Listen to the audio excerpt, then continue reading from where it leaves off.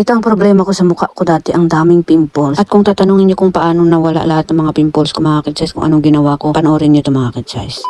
Hello mga kids, so ayan, dahil medyo matagal-tagal na tayo hindi nag-skincare, so ngayon wala pa yung mga alaga ko, so mag-skincare tayo ngayon. So gamit ulit tayo ng, ayan, Sears Med. So ayan, ito yung Sears Med mga kids. Marami pa akong stock dito and meron din silang lotion and cream. So ayan, Sears Med cream. So ayan, ang dami nagtatanong sa akin kung ano daw yung ginagamit ko sa mukha ko. So ayan, mag-skincare tayo. Hindi naman ako actually makinis, pero nagmula nung dumating kasi ako dito sa Hong Kong is marami bang, wait lang, kunin ko yung sabon ko. Ito yung skin, paubos na yung ano ko, magbubukas ulit ako dito kapag naubos na to.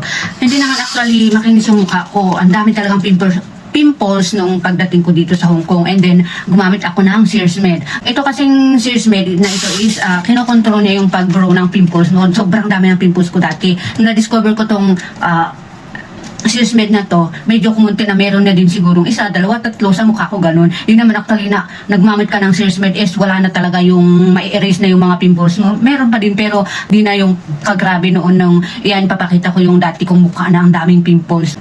Pero siguro normal lang yun sa natural na tao. Ay, tumutubo talaga ang mga sa mukha ba? Pero ayan, kinokontrol nito. And ginaganito ko lang siya. Minsan ginagamitan ko siya ng ito Minsan ginagamitan ko nito, and ito kasi 2019 pa, so bumili ako ng isang ganito. So mas mura lang naman to. So ginaganito ko lang kasi hindi pwedeng i-direct yung sabon sa mukha. So ayan, ganyan lang natin. And then nakakawala din siya ng, alam mo kung nagkaroon ka ng pimples, ang bilis mag-dry ang pimples. Babad mo lang siya ng 3 seconds sa mukha mo, and then ayun, hugasan mo na siya. Bilis dito sa sabon na to.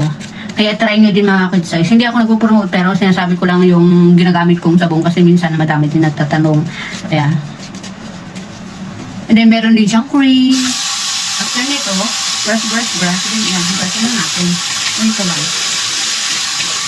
Ano ba mga kids, may nagtatanong din sa amin, meron daw bang toner ang Sears Med? Wala po, wala pong toner ang Sears Med. Cream lang at saka sabon po. So ayan.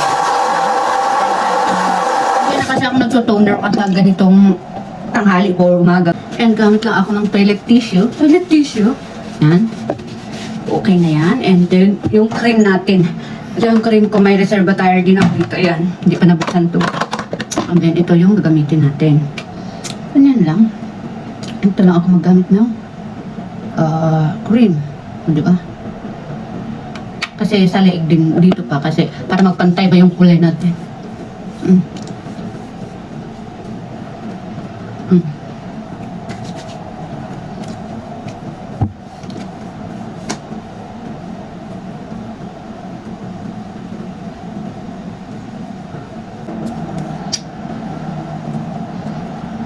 Meron pa akong mga pimple marks dito. Isa, dalawa, tatlo.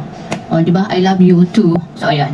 Ito yung ano nila. Cream, and then papaya, soap, and then lotion. So, ayan. Napakaganda din itong lotion nila mga kids. So, ayan.